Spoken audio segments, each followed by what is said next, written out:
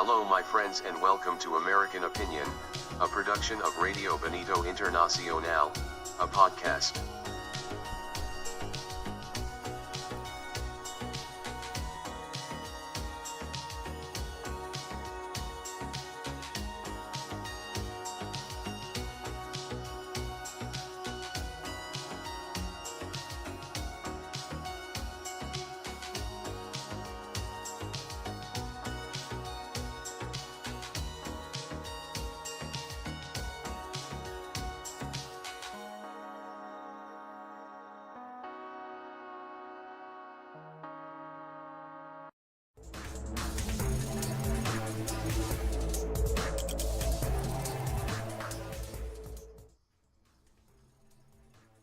Hello, my friends, and welcome to American Opinion, a podcast from Radio Benito Internacional. This is your host, David Benito. Today, we're talking about Hurricane Harvey and what are the consequences for us Americans.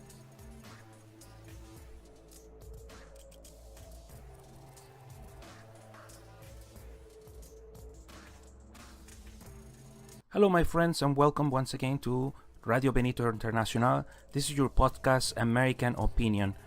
And like I said before, we are going to be talking about some of the aftermath or some of the sequels, some of the injuries that Hurricane Harvey have actually showed to us Americans. You know, we can never be fully prepared for a catastrophe of any magnitude. And Hurricane Harvey basically is showing us in plain view that we can never be prepared enough to face any catastrophes.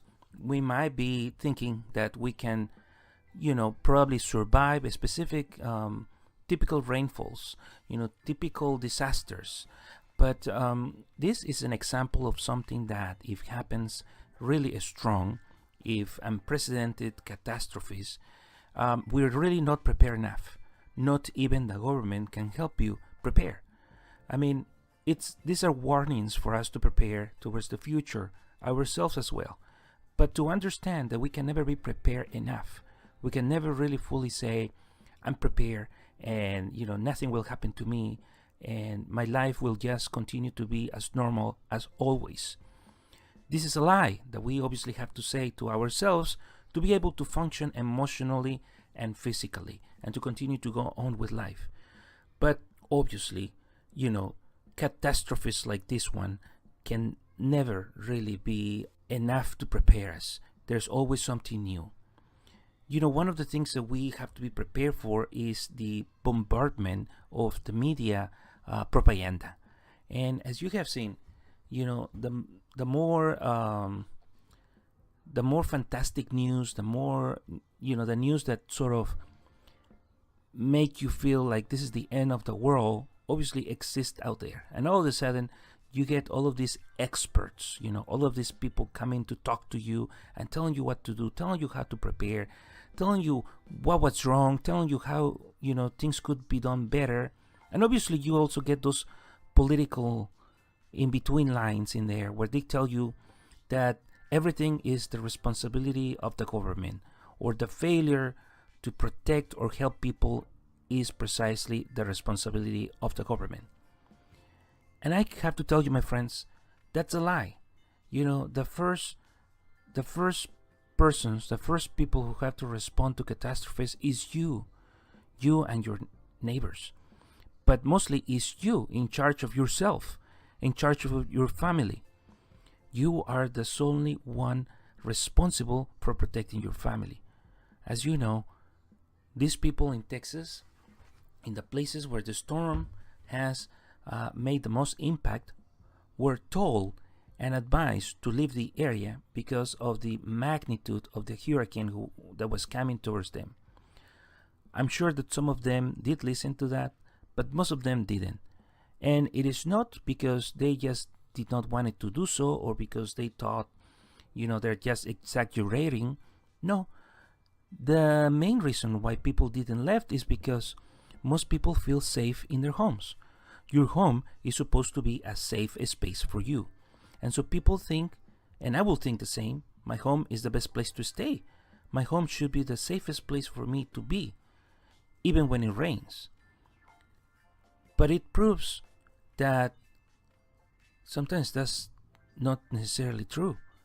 And who was going to imagine that so much rain was going to be falling? And people certainly got trapped in there, in the waters. Now, some people say, well, just get on a boat and leave. Honestly, yes, you could possibly do that, but you will get lost if you don't know the area, if you don't know where you're going through. And remember, with water, which covers the ground, it's very much difficult to figure out where you are.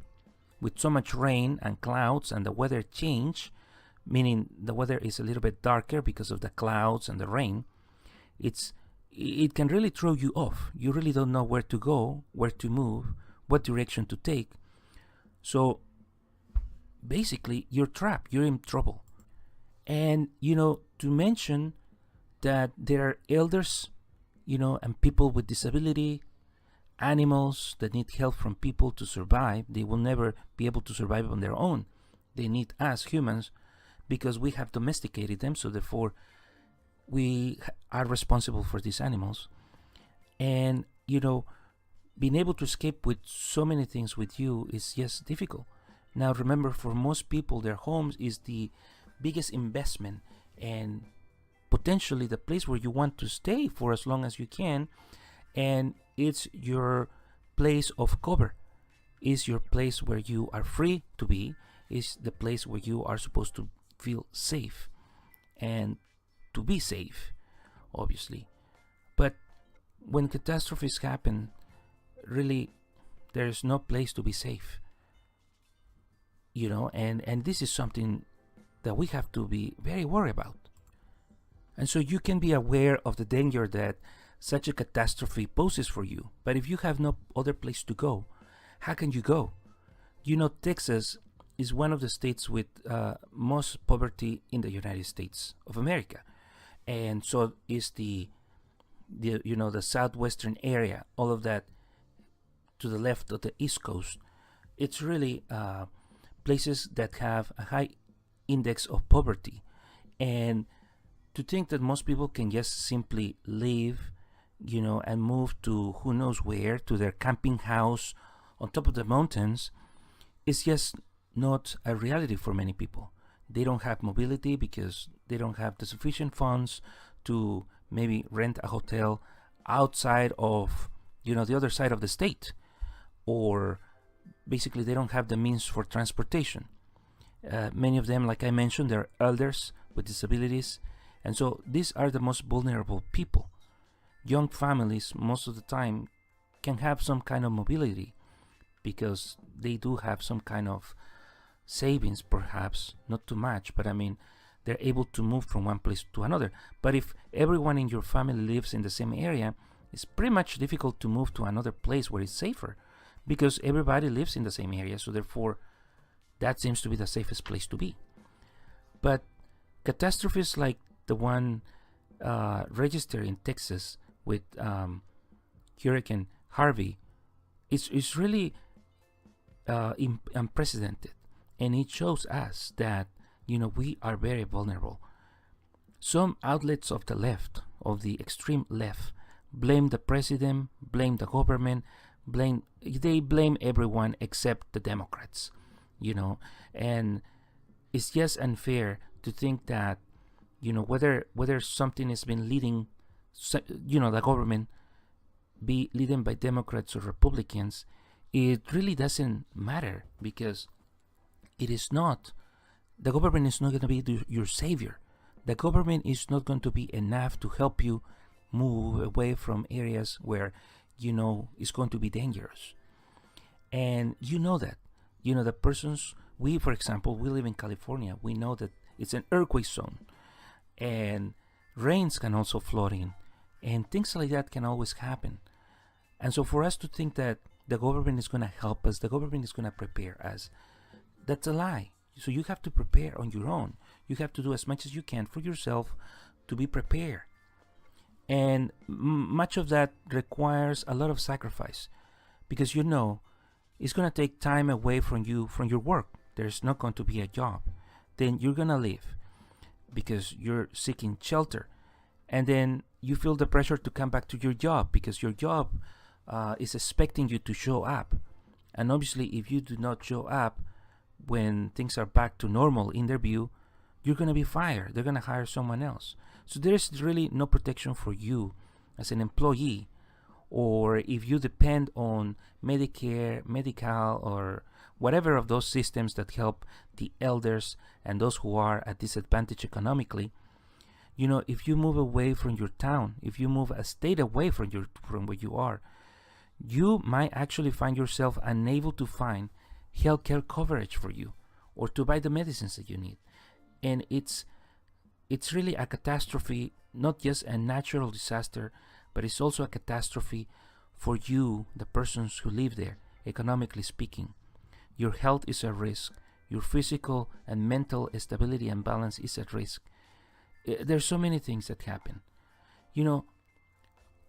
Tropical Storm Harvey, that you need to prepare, my friends. You need to prepare as well.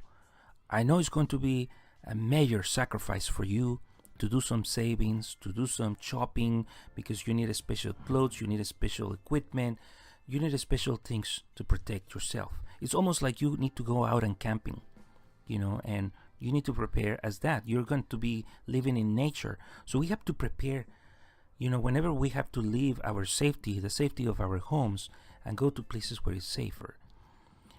I know many of you have moved into churches, which are always a blessing because these are community spaces that offer protection, and the community gathers to help others. Please go there, look for help in there, but also you have to organize with your neighbors and the people that you love, friends and relatives, as of in community, perhaps moving to a new place. And I tell you, community is the key to success and survival. Community is the key to success and survival. So we have to stop being very selfish and look only for and after ourselves. We need to look beyond that. We need to look for the common good. I have always mentioned this in other podcasts. The common good is so necessary. And times like this, where disaster hits your heart, your community, your soul, you need to think about how we are living our lives and how are we going to better our lives if we move together as community.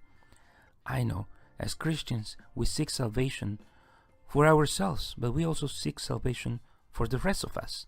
We want everybody to be on board. And so it's truly important to organize and to think on ways on how we can survive. Now, the dangers do not end simply with the flow of water and the rain that comes down, but it also comes with the risk that nature poses on itself, like landslides, like pieces of chunks of land basically disappearing in front of you because the water just destroyed that. The land couldn't give in to so much saturation of water and it just becomes mud. But it's also, remember, these areas of the southeast have vegetation and animals which are dangerous. Crocodiles, alligators, snakes, pythons, and so on. So people are really out there in the nature's worst case scenario, where all of these animals are also seeking for safety and they have to move to higher ground. And people also have to move to higher ground. So be careful with these animals which are out there. My friends, this is it for today. I want to ask you all to be praying for America and to be praying for these people. Pray for these people, pray for yourselves as well, and let's ask God to forgive our sins so that we can prepare. We can prepare in case we have to perish, in case we have to die. So abandon ourselves to the mercy of God. And my friends, I send you a blessing and I will be praying for you. May God bless you all. Bye-bye.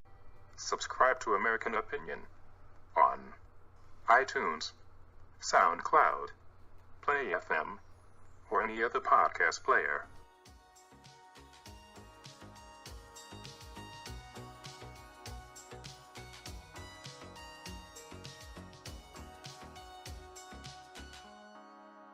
You are listening to American Opinion, a production of Radio Benito Internacional. Blessings. The opinions expressed here are of personal character, in accordance to the Constitution of the United States, expressing free expression. These opinions do not express any official point of view from any political, religious, social, artistic, recreational, or anything that could be associated with the exponent. You must investigate and make your own conclusions and expressions that have been shared here with you. Production of Radio Benito Internacional, a podcast.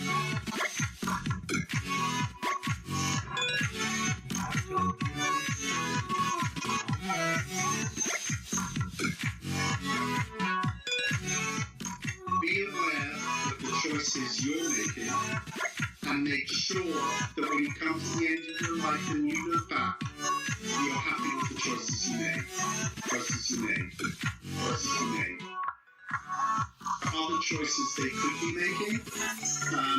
If you're informed, you make your choice and you're happy with it, God bless you. But don't come to the end of the greatest disruptive work creation opportunity the world has ever seen and regret that you chose not to play. That would be very disappointing all around.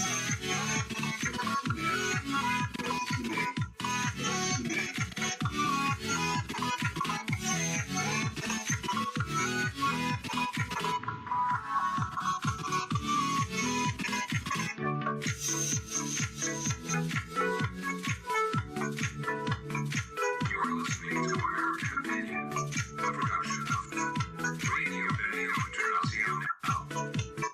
Blessings.